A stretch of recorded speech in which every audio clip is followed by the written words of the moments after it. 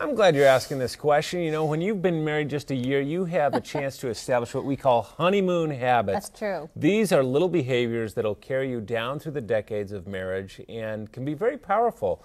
And, you know, we often tell newlyweds, choose your ruts carefully because you're going to be in them for a long time, right?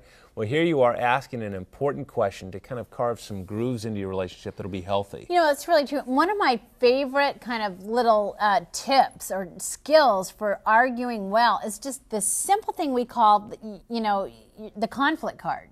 And basically, it's just a top 10 list. When you get in any kind of a disagreement or debate or whatever, it could be over anything. For us, it might be how long the in-laws are staying for the holiday season, or, you know, we're in the process of remodeling. What color are you going to paint the kitchen? Right.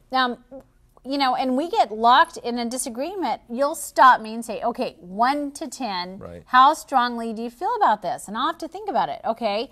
Because I often get caught up in just kind of making my case. Yeah, it's a way to rate the depth of your disagreement and to kind of understand where the two of you stand. It brings some objectivity. Absolutely, and that's so important because that's what escalates a conflict is a lack of objectivity. And so this will keep you sane. So check it out. You can download it for free right there on our website. You can see the link, and you can print that off. It's the kind of thing I know some people put it in their wallet or they put it in their carry purse. It around. And that's helpful, but once you get the hang of it, you can even rate, okay, 1 to 10, I don't know, this is like a 3 or 4 for me. And if you turn to me and say, well, it's a 6 for me, I'm like, okay, you know, I'm going to save this battle for another one where I care more deeply because I want to win on that. So there's one little tool that you can put in your toolbox on fighting a good fight. You might also want to explore what your hot topics are. Every couple, even early on in marriage, will discover there's certain topics that you just know are kind of the driest tinder in your relationship. This is where a conflict's going to ignite.